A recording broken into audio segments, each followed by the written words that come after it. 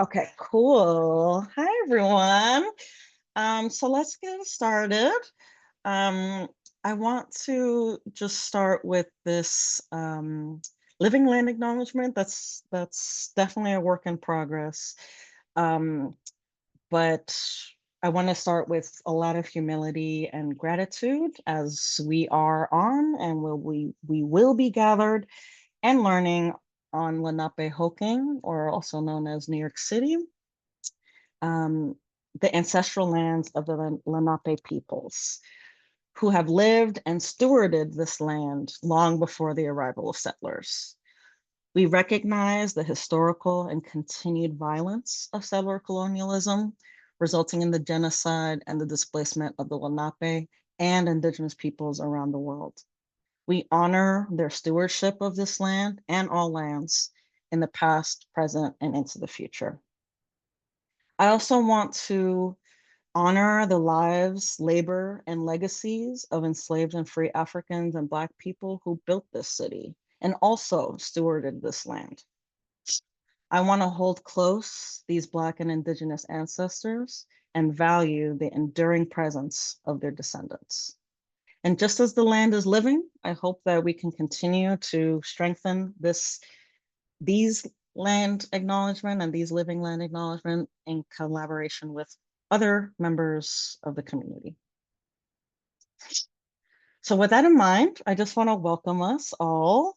Take some deep breaths. I'm happy you're here. I'm happy you're with us this morning. It's raining over where I am. Oh, that's what I wanted to do. I wanted to introduce myself. That's right. Who the hell am I? Um, so I'm Kat. Hi.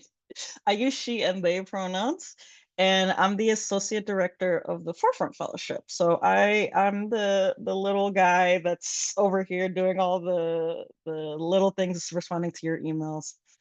I'm also a descendant of displaced Indigenous peoples of the Caribbean and West Africa, and I'm currently a settler on Mohican and Munsee Lenape lands, also known as Montclair, New Jersey. Um, so with that in mind, welcome. I want to share a little bit about, this is our little agenda for the info session. I want to get through some of this quick because I really am excited to start our panel with some amazing alumni who are in the room, all from last year's Forefront Fellowship, the 2024-2025 Lifelong Fellowship. And then we'll end with some Q&A. So just a little bit about Urban Design Forum, if you aren't familiar with us. Our mission is, we're a nonprofit organization. We are a membership-based organization, and our mission is to connect and inspire New Yorkers to design, build, and care for a better city. So the way we do that is through over 1,100 members. I think we have, close to 1,200, maybe more, in the private sector, in government, and community development, and they're really the core of what we do. We've worked with over 10,000 New Yorkers who've engaged in our events and our activations. And we have over 100,000 followers on our mailing list and social media. I hope many of you are on either of those or both of those. And the way we work is by bringing industry leaders, public officials, local advocates, and the general public together. We really believe in the shared power of our collaboration so that we can deepen our civic engagement and also shape a more democratic city. We do that by partnering with city agencies and community organizations, and we try and learn from cities from around the world to nourish our citywide advocacy. Yes, you will receive a recording of the session. So Forefront, the program that I facilitate, sort of works on especially the citywide level and local projects level, while also always learning from folks from other cities, other parts of the world that we can learn from. And so the Forefront Fellowship is an action lab for emerging urbanists, excuse me. And we define urbanist really, if you consider yourself an urbanist, we love you, we like you, come join us. So this program, the Forefront Fellowship in particular, is a 9-month, 84-hour leadership development program.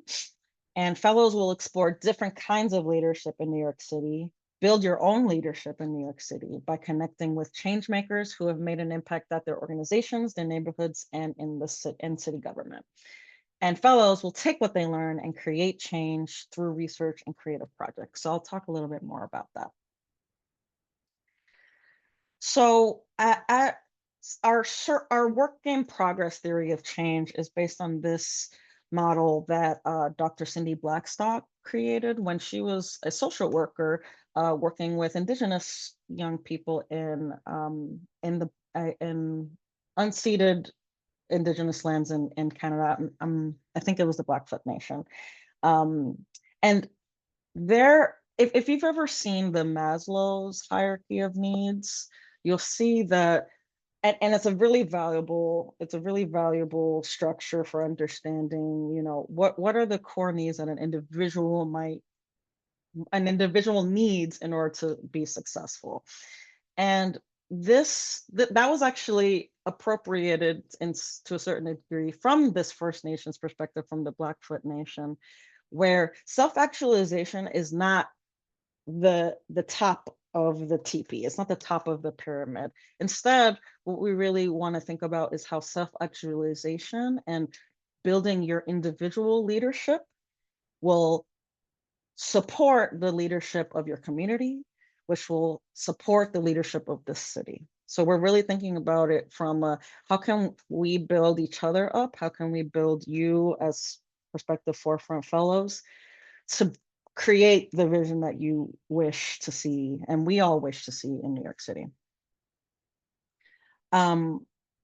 So what we offer are, and this is all in the application that you might have seen, but our goal is to build the confidence, expertise, and change-making capacity of emerging urbanists, which we define really loosely as, and I'll talk a little bit more about what we mean, but we hope that throughout the outcomes of this process are for you to feel like you did, and you will continue to create civic change, build your leadership skills, leverage the UDF network, as I mentioned, over 1,000 members.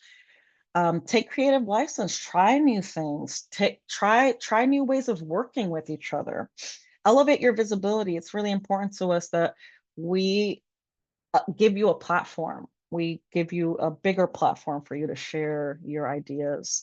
And then absolutely important is to make friends through this, maybe make lifelong friends through this, really build strong community.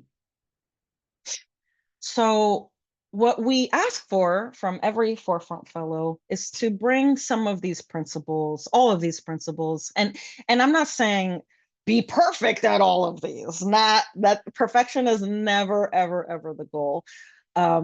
We just want to practice these together, and we hope that you'll join me in practicing these. So generative reflection, again, this is in the application, generative reflection, thoughtful experimentation, mutual care, a practice of hope, all are really, really important to success in the fellowship, with the ultimate goal of taking collective action together.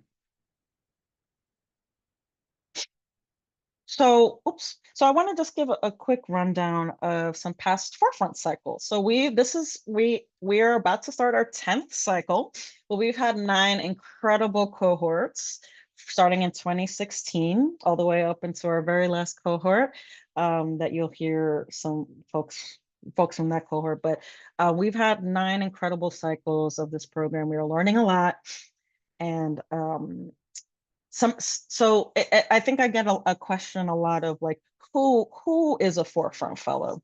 And really, it can be you. Like we're really wanting to create a interdisciplinary cohort, and interdisciplinary is at the base of every single one of these cohorts.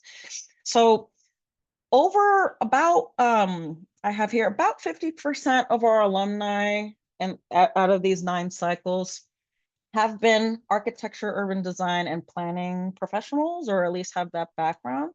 But we want this, the goal of this is to be interdisciplinary. So we want folks who maybe have architecture, urban design, planning, but are really interested in building their skills in other ways, or folks that aren't in architecture, design, or planning who really want to develop the language of these fields and learn more about them. So even though, yeah, that's who's traditionally been our alumni, we really want to make it open, especially, I mean, all of these fields really matter, and beyond just this that's on the screen.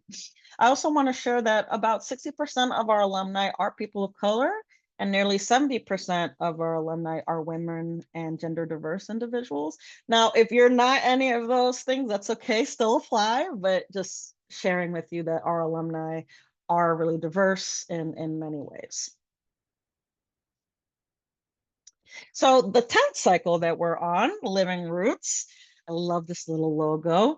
And this is our 10th cycle, as I shared, and we're exploring how to transform public spaces and streets into living, adaptive, and sustaining landscapes of care. So we're thinking about this at many different levels and many different scales, but our prime directive is thinking about how do we sustain and maintain and allow living streets and public spaces to be nourished and cultivated across New York City, but specifically in communities that have been left out of a lot of this green space programming or green space development, including communities impacted by environmental injustice, which often overlays with the same communities that are experiencing storm surges and really bad flooding. There also happen to be many times the same communities that experience extreme heat. So we're really thinking about it. How do we sustain living streets and public spaces in EJ, environmental justice communities? And we're thinking about that in a number of different ways. Design is absolutely a part of this. Oops. Design is absolutely a part of this, but so is, let me see where it went. So is governance. How do we reflect policies that support this? What are the economics? How do we fund? Oy, I don't know what just happened. How do we fund this is a really big question. How do we fund um, uh, living streets in areas that don't have a bid or don't have or business improvement district or don't have a community group that can fundraise? And we have to think about the labor. We have to think about who is responsible for the care work that is needed for these landscape, and many of the and I think landscape architecture as a field is slowly starting to reckon with the fact that many of landscape designers will request landscape companies that are largely immigrant led and run to do all of these projects and don't protect them in the face of ICE, for example. So we really need to talk about the labor of this. And I think ultimately we need to talk about how do we change the narrative of who cares for our city and who cares for our landscapes. So we're going to do this, we're going to explore this in 3 stages. The foundation, the partnership with, this time we're working with the New York City Department of Transportation, and then with your independent team projects. Oops, I'm a little over time, so I'm gonna go through this a little quicker. So the foundation, what we're gonna spend our time on is getting to know each other, getting to know the theme, and this is incredibly important. This process of getting to know each other, building trust within our cohort, building community within our cohort is extremely essential for us to work really well together.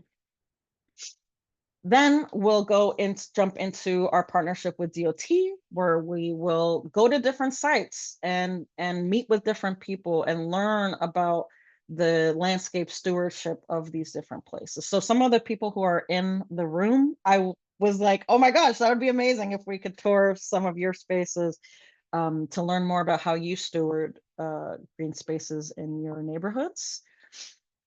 And ultimately the partnership with DOT, the top goal with DOT is to learn, sorry, I'm just trying to pull up my notes, is to learn about what role does city government play when it comes to maintenance. What role, instead of, you know, passing the responsibility to other people to maintain, how do we really think about what role and what is the what do we really want the how do we want the city to maintain its public spaces?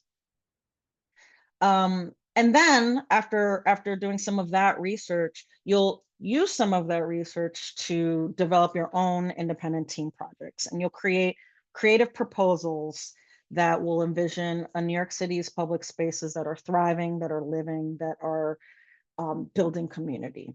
And so these are some of the deliverables from previous years. One team during the New Loops year created a zine, an informational zine, and a design workbook that could give all types of different audiences um, some of the tools that they need to maintain their spaces. Um, Another group created design guidelines for how do we create libraries that are youth-led for the future.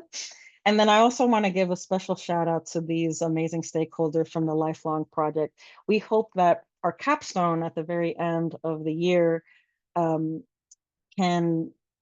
also celebrate not just your work, but the work of the people that you connected with. These are some amazing collaborators that Way's team, who you'll hear from in a little bit, spoke or connected with to create their project. So who should apply? I really encourage you to, you to apply.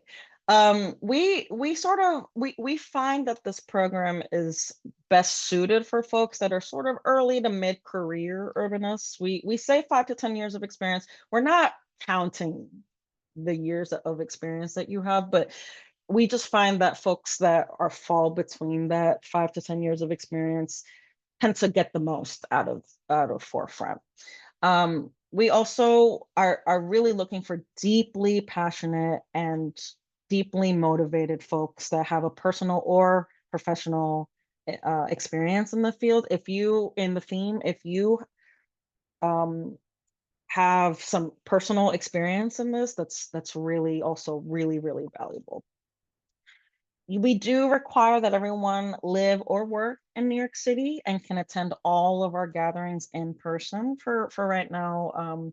Also following any emerging health guidelines, but we are going to be gathering in New York City for all of those dates that are mentioned in the application. And then we also are looking for folks who want to learn and grow in a community, who want to join a cohort and not only thinking about, you know, what you thinking about yourself, but also thinking about yourself and community. So yeah, definitely I encourage storytellers, organizers, advocates, stewards. If you're an urban planner and you're a steward of your community garden, like share that. Like that's amazing. That's amazing. So with that in mind, I want to share our amazing panelists. I'm going to try and find them in the participants, and I'm going to strike off my screen. And I'm going to pin them. Sorry, 1 second. Pin. Hello, Yvette. Where's Way? Yay. Hi, Way. And Charlie. Hey, Charlie. Yay. Okay, amazing. Um, okay, so I want to introduce these three amazing fellows, alumni now, from our very last fellowship cohort, Yvette, Way, and Charlie. Yvette, Way, and Charlie, do you want to just introduce yourselves real quick and share a little bit about you? Sure. Hey everyone, happy Monday. My name is Yvette. I use she, her pronouns, and what are we saying? I work as a program manager at the Center for New York City Neighborhoods. I laughed so hard at that because I'm like, also when someone was like, "Who are you?" I'm like, "I don't know, girl." You did great. Charlie, you want to go? Go ahead, Wei. Okay. Hey everyone, I'm Wei. I use he, him pronouns. I'm the director of public events at the High Line. Great. And I'm Charlie Markham. I serve as a program manager for the On-Site and Special Programs Department at DeRope, which is a social service and nonprofit organization serving older adults. Yay! Maybe should I pin myself too? Okay, hi. So I'd love to just start with just again expressing gratitude.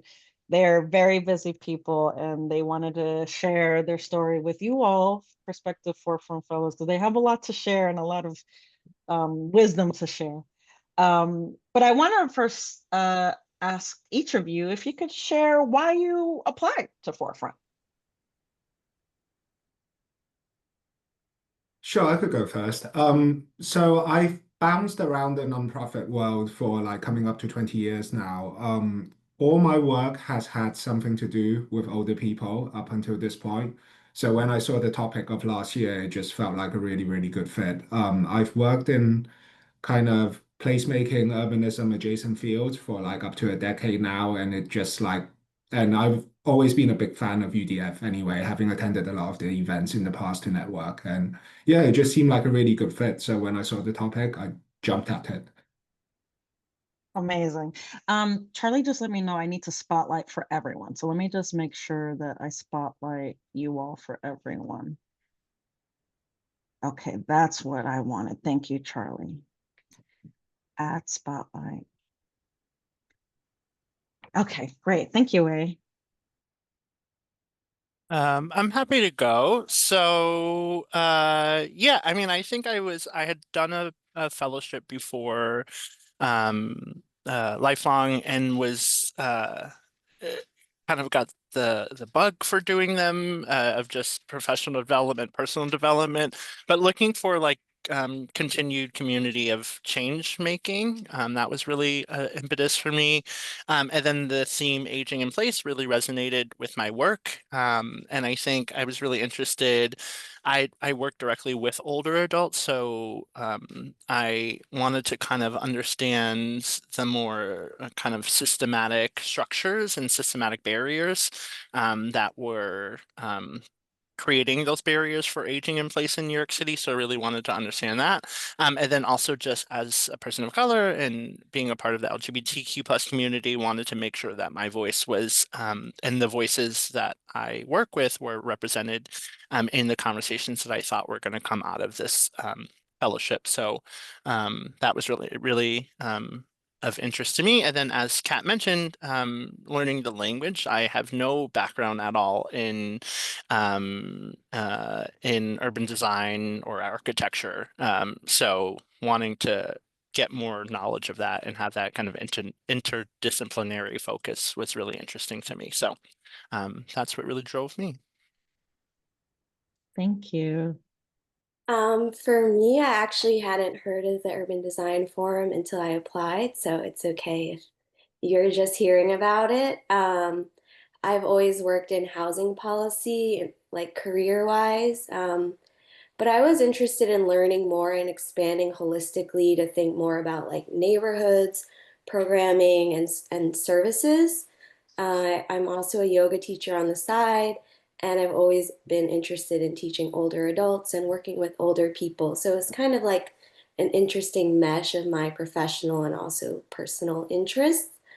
And the last thing I'll add is I was somewhat feeling like uninspired by my work and just like the world and not really knowing exactly what I want to do or where I see myself going in the next 5 to 10 years. So I just wanted to like expand and learn more about the work that people in the city were doing. And it was just such a great opportunity. I mean, I have so much love for Charlie and Wei, just and there's people from my cohort that I still talk to every day. So it's just great to learn about all the amazing work people are doing, whether it's in or out of government, in or out of nonprofits, etc. Oh, that's so beautiful. Thank you. I love that. My next question for you is, um, what are one or two of the biggest takeaways that you have now that it's been several months since you left Forefront, or not left Forefront, but finished your intense fellowship together? Should we keep the same order? Yeah, I'm happy to go first. So, two things for me. One is a deeper understanding of senior housing in New York City. I'm not from this country. I've worked in housing before, but that was back in Europe. So just to know some of the agencies, some of the protocols, some of the processes, the obstacles, the roadblocks that are in place, I think was really illuminating for me because it's like an issue that I've engaged with before, but like kind of never here. So it was good to see like what can be translated and what cannot. But I think the most important thing for me to take away from this is not so much the knowledge, it's like a supportive community of peers that I can draw on. I, like Yvette said, I talk to my cohort every day, pretty much. And then the wider cohort are people I can always hit up for knowledge, for favors, for information. And then I found the Forefront Alumni Network to be really useful as well whenever I've been at events. It really does open doors to you, like in the sector. And yeah, it's just a really, really good thing to do. And you get to meet lots of cool people who are doing cool things. Wei is one of those cool people, and you should connect with him. Thank you, Wei.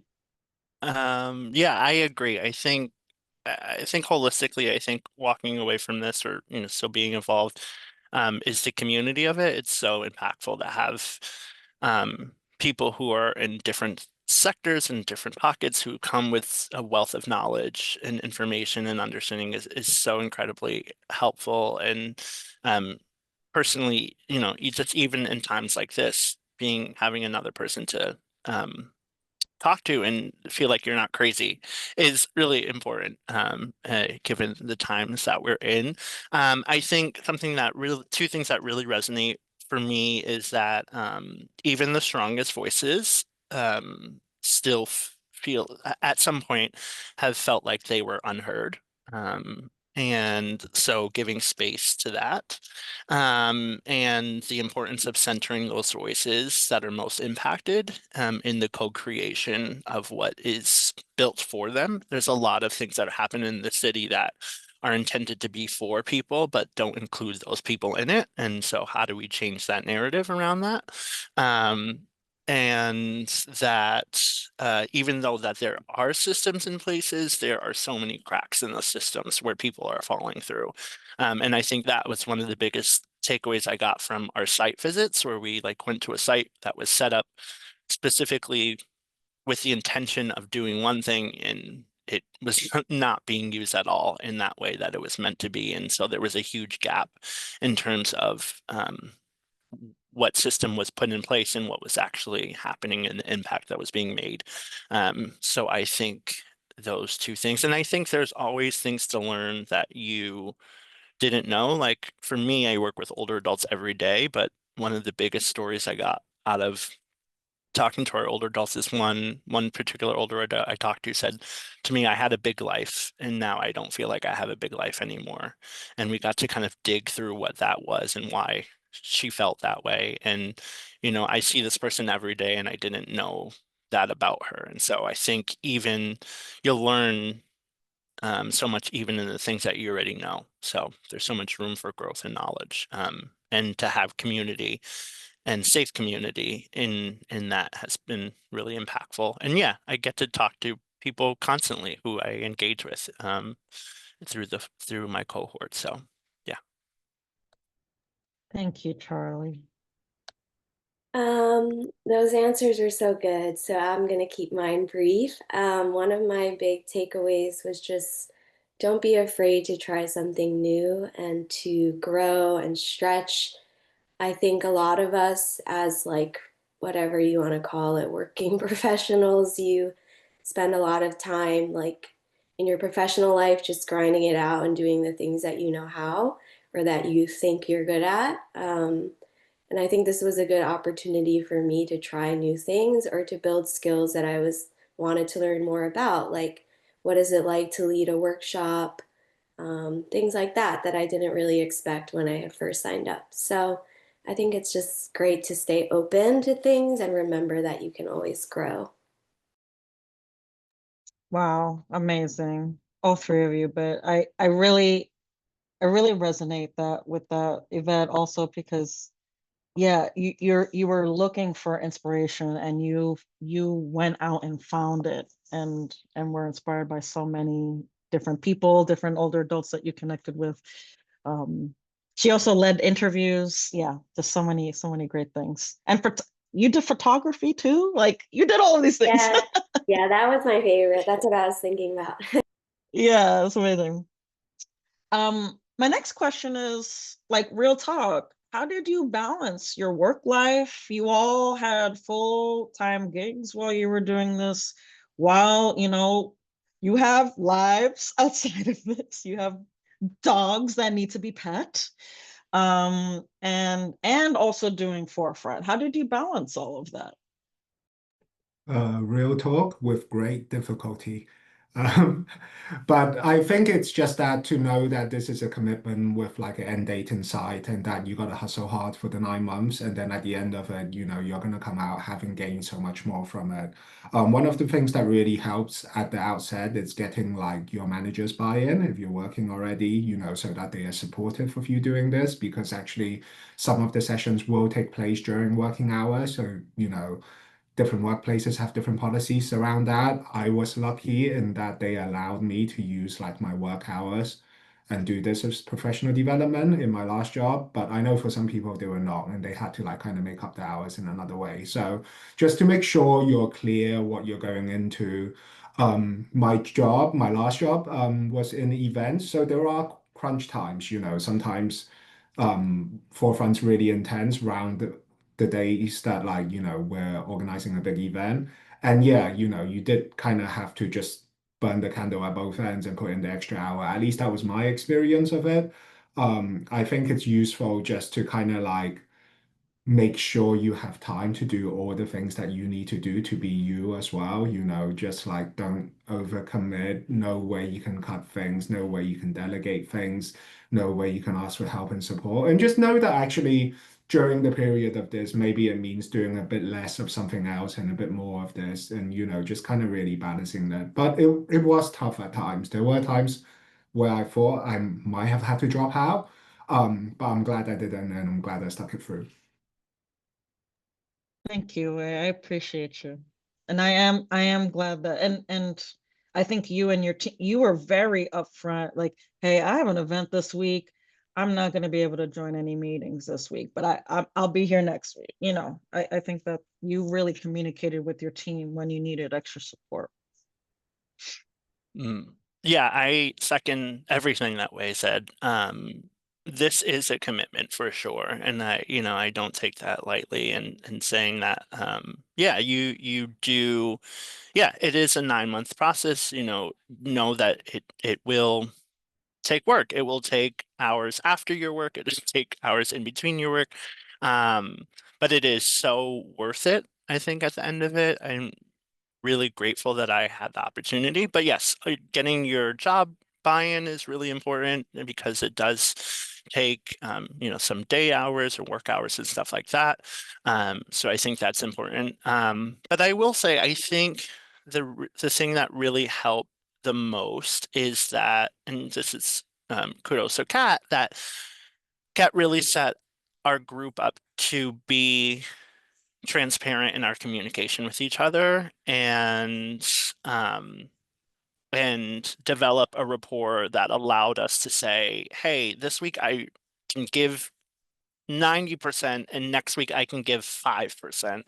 And as a group, we talked about what that looks like and how do we support each other. And a lot of us were able to fill in when others couldn't. And then then vice versa, when those people weren't able to fill in, we were doing that, and we were very open and transparent about that, and we're always in communication about that. And I think that really, really, really helped through the process to not feel guilty about falling short on something. And I think, there would be times where we would be in group session and someone would have to step away for like a work meeting. And, we just all kind of work together on that, and we're flexible and open about that. So I think that's super important, to be clear and to be transparent in your communication about what you can and cannot do in those given moments. And just know that, yes, there are some times where you have to push in because you're cranking out something. So just being realistic with that. Yeah, and I think this was also a passion project, and we built a really safe space to come into. So while it sometimes felt like work when we were doing the work, but a lot of the times it felt like, you're adding to something greater than yourself. So it was a great feeling, when we came together, it felt like family coming together in a support system. So I think that certainly helps with the craziness that can be from this time. Thank you, Charlie. Just to add on to what Charlie said, I think like this is a professional development program, but it's not necessarily like a business or professional environment all the time. I mean, that can vary, but I found that what helped in balancing everything was just giving people grace and then having that grace given back to me. Yeah, so ultimately it was everything worked out fine. And like they were saying, I think that having your manager buy in and understand that this is a time commitment, that this is part of your professional development and can enhance your own work at your organization is really helpful. Yeah, thank you all. Thank you all so much. Yeah, that's huge. And then last thing I'd love to ask you is what's something that you want, what would you want anyone in this room or those of you who are watching this in the future, someone to know about applying to Forefront? What like last wisdom do you want to share with them? Sure. So, a couple of things. One is that 9 months feels like a long time when you're looking at it now, but it really flew by. It really, really did. And we were really rushed as well, at least in both of the phases I was in.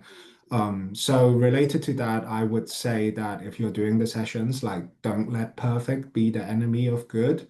We kept like going back to stuff and trying to go back to stuff and reassess the like original parameter again. And then at some point we were just like, actually, no, we're so far behind schedule now. Like we do just have to move. And I think, I don't know, Kat, correct me if I'm wrong, but I think the design of the structure is like designed to like, kind of push you along like that because there is like an end product that you're working towards. So I think that's a huge part of it, just like understanding the pace, understanding that not need to keep moving forward. Related to that is that I don't know, I think for a lot of people, ever since you left college, you haven't really done group projects anymore. You'll be doing group projects here, and with that comes all the like interpersonal, nuances that comes with that, like just negotiating that. And I mean, in our cohort, we had a lot of strong personalities with big ideas and things like that. And everyone really wanted to kind of get their idea on the piece of paper, and then the process of finding that compromise, finding like an end product that everybody was happy with and was willing to buy into.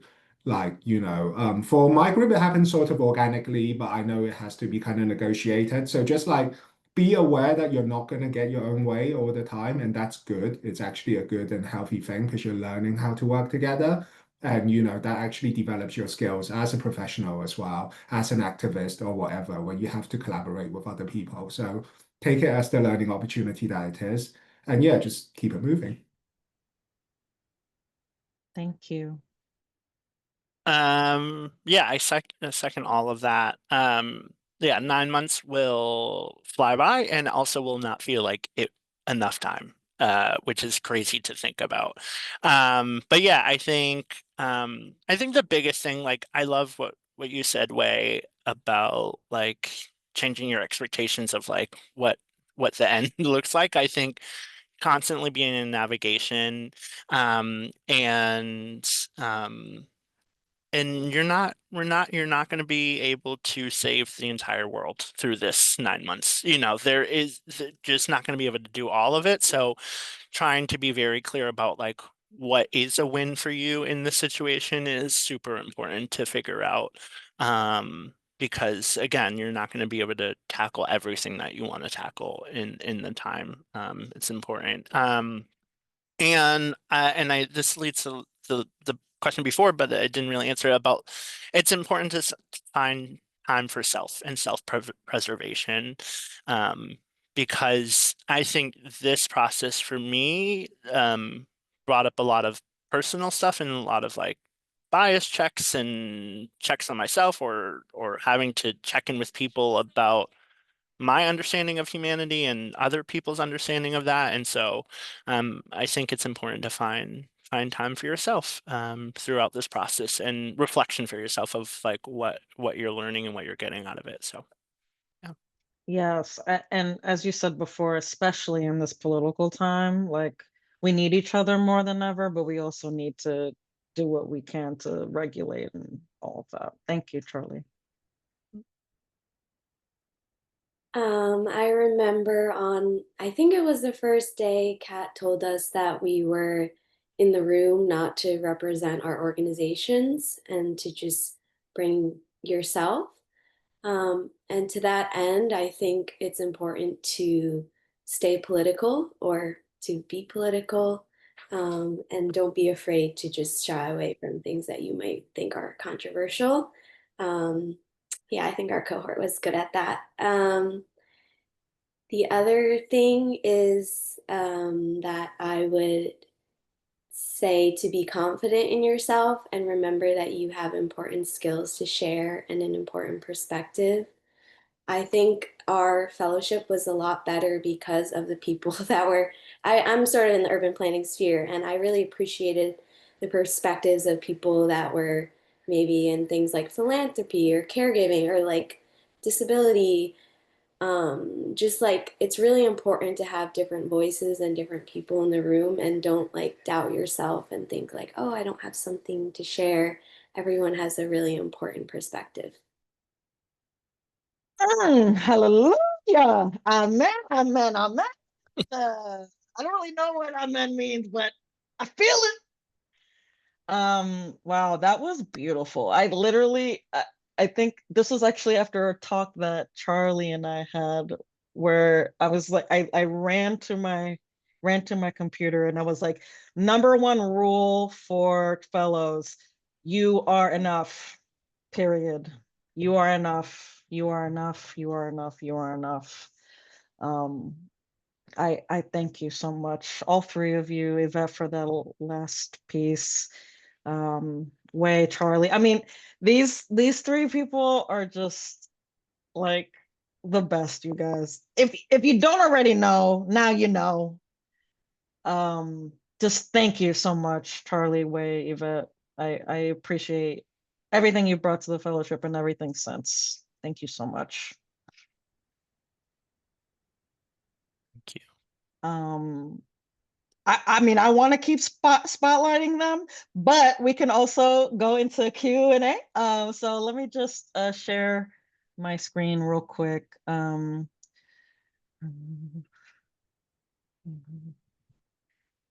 Ooh, sorry. And then how do I remove myself? Okay, great. So just as a close to this portion, yes, I want to just encourage you all to apply. Look at them. Look at how amazing their cohort is. This was at their year-end capstone at the Manny Cantor Center. Really want to encourage you to apply. And yeah, let's open it up for Q&A. Applications are open until Sunday, December 7th at 11:59. And let me stop sharing again, if I can manage that. I'll just open it up for any questions. Bianca has a question. Do you want to go off mute, or do you want me to read it? Okay. Oh, I said me. Okay, great. Any tips for the actual application writing process? I have blank page anxiety, so fair. Also, how many fellows do you generally accept per cohort? Yeah. Um, this time we have those 3 questions instead of just a general cover letter. And my hope was that those 3 questions would be would help more with that anxiety, but I feel that um we can talk more about that, but I think what I would encourage you to do is convey those elements of your passion for the theme or for this work, and then also how you hope to grow. I think that's generally what we're really looking for, is folks that, just like Charlie, Wei, and Yvette, really showed that they want to grow and they want to develop in these certain ways. And if the way that, yeah, we're trying to find a match and a balance in the cohort. So yeah, if you have more specific questions, Bianca, I'm happy to talk offline about it. But and in terms of how many fellows, we generally accept between 25 to 40.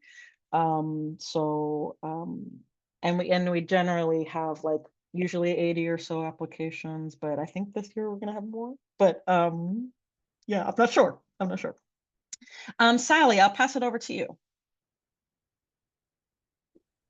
Hi. Um, my question was, you're saying that this year you're working with the Department of Transportation. Is there like a specific department within that you're specifically working with? Yes, so we're working with the urban design unit specifically. And I don't know if they're on here, but they said maybe they were going to join. But really lovely people. But even though like the scope of the project was made with the urban design team, and they're the ones that are really those are our primary communication and contact. We're trying to see. We want the impact of the work that you all do to go beyond just the urban design unit. We want Right. to make Absolutely. changes in DOT, maybe changes at the city agency level. We're really thinking about that. They're the ones that are helping us understand the problem, but we're trying to think really creatively about the solutions.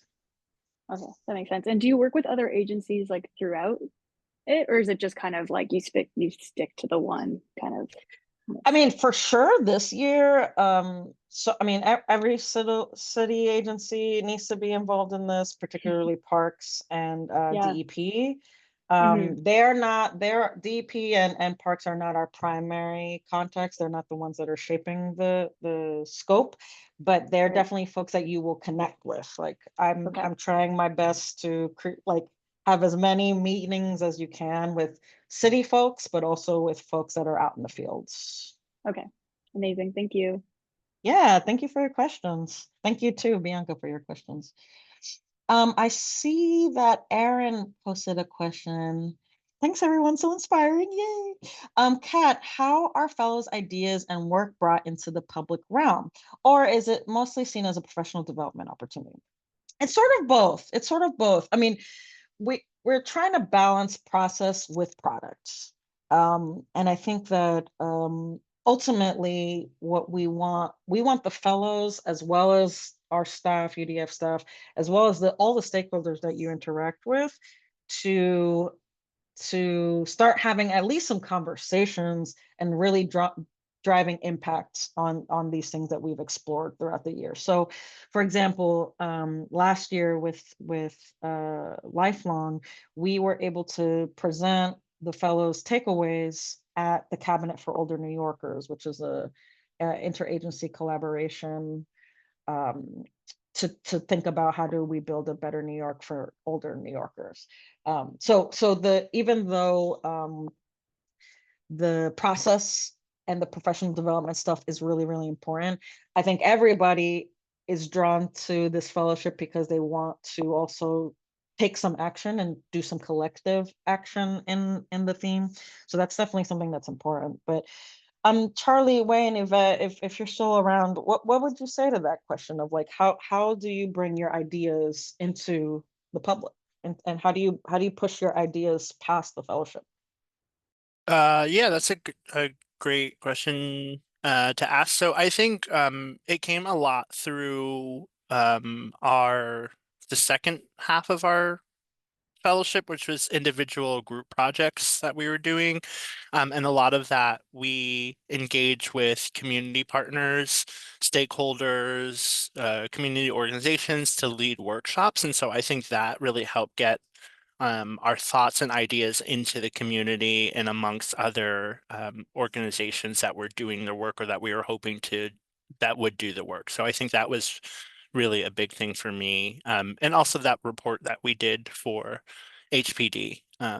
The first half of it was to develop a report of recommendations that was shared with HPD. So I don't know if that's part of it, but either way, I think you have opportunity to connect with other community organizations through your projects to do that.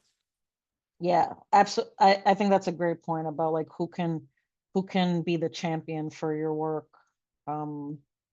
beyond your time and formally in the fellowship. And a lot of folks continue their work beyond it. But that's really depending on the person and the project.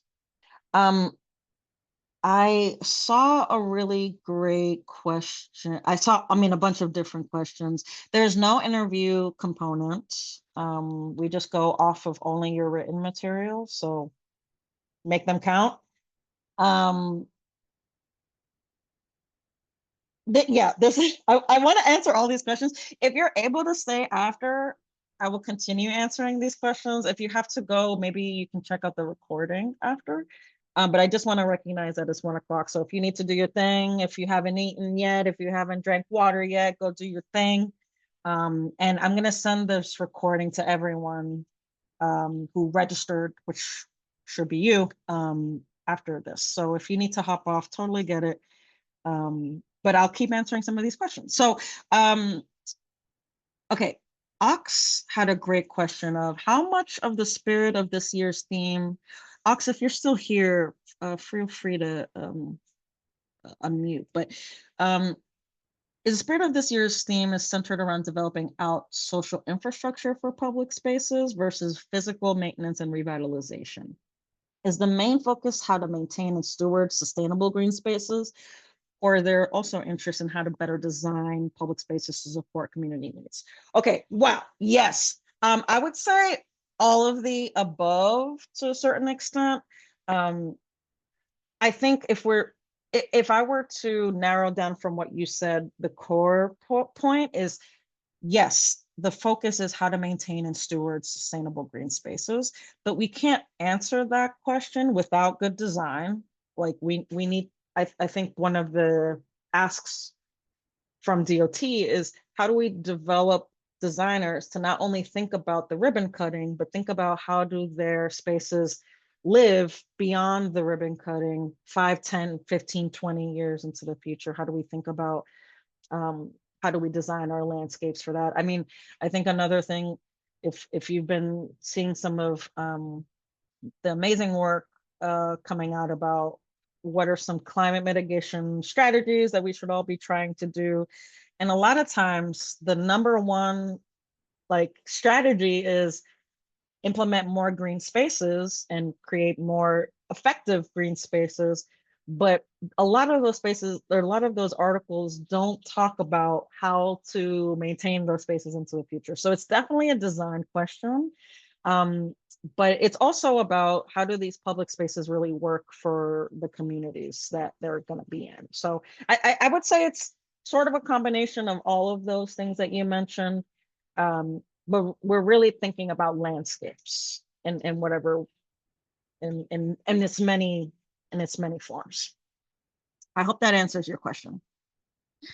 Caroline asks, if you want to unmute Caroline, feel free to, but what role does the partner organization play in shaping the final deliverables? How are the final groups created, by theme or internal selection? Great questions. DOT is the urban design unit team that we're working with is definitely going to give you a lot of feedback. We want their feedback. We want this thing to really be useful, and they're the ones that know best about what would be useful. So we're definitely going to have a lot of, I hope, definitely more than last year, connection with DOT. But ultimately, what you produce is what you produce. So if what what if something that you highlight isn't maybe something that our partner wants to highlight, I think we have to have a discussion about it, because ultimately it's you're the author. It's going to have Urban Design Forum as the main, like, public publisher of your work. So I think you ultimately get to decide what makes it into the final deliverables. And then how are final groups created? TBD. Last year and then in previous years, we organized phase one, or like the city partnership, you would fill out a survey and then I would try and make teams. And the final part, the independent project team part, that is when you will form your own teams. So I will just like support you, but you'll create your own teams. I think we're going to try some combination of, I think ultimately we want you to meet as many people and work with as many different people as you can. And then also be in a team ultimately that is a real balance to your skills. That is, I mean, I think worst case scenario is that all the architects are in one group. Love architects, love y'all. Y'all can't all be in the same group. Like, we need to just, we can't do that. So, yeah, so it's sort of a mix of, I'm supporting in the groups, but ultimately you select your final groups. Okay, Sadie, if you wanna unmute, feel free to, but what are some of the benefits coming out of the fellowship? I think ultimately, I think the benefits go beyond like the immediate. I mean, I think the ones that are listed in the application are sort of the immediate ones that you get. But there's as Charlie and Wei and Yvette mentioned, there's a lot of long-term benefits. I'm happy to talk more about those, but I hope that the process during and especially your time after the fellowship as an alum, feel like you're being, I think ultimately, if I were to sum up the prime benefit of the fellowship, is that your folks want to pour into you. They want to see you thrive in whatever form of thriving that means for you. And so I hope that you see the fellowship as an opportunity to be poured into. Okay, Emily, if you want to unmute, feel free to. How does the fellowship interface with the folks at New York City Department of Transportation? How are the fellowship sessions typically set up? Each workshop will sort of be different, but in the first few sessions, we'll be orienting ourselves to the project and then also meeting with DOT to learn more about why they want to pursue this project. But we want to also have some like feedback sessions with DOT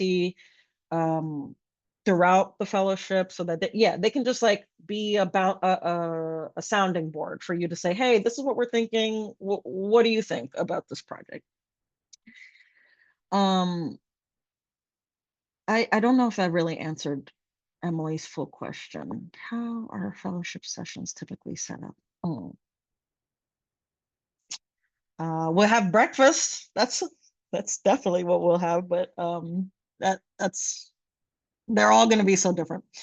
Thank you, Wei. Thank you, Grace. Okay, Lauren. Hi, Lauren. Okay, jump. Okay, Liz has a question. If Liz, if you're around, if you want to unmute, if we're selected as a fellow, are we allowed to loop different partners for some sessions, or are we just engaging with the ones the curriculum? Oh, interesting.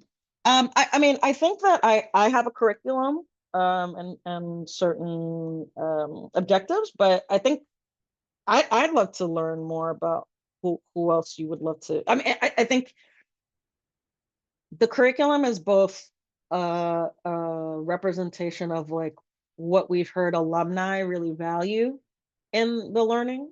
So that's part of the curriculum, but we also co-create the curriculum together with the fellows. And really, I really want to be responsive to what teams are needing. Oh, thank you so much. Okay, thank you. I'm curious how the theme approached that interconnectivity and that covered it. I don't know if I understand. Devin, if you could clarify, I'm not sure if I understand the question. Oh, I think that was just Ox responding to the fact that you answered their question earlier. Got it. I was Cool, responding to that. cool. Okay, great. Yeah. Okay, great. Awesome. Okay, awesome. I think those are all the questions from the chat. Oh, thank you, Siva. Any other questions that anybody wants to share or thoughts?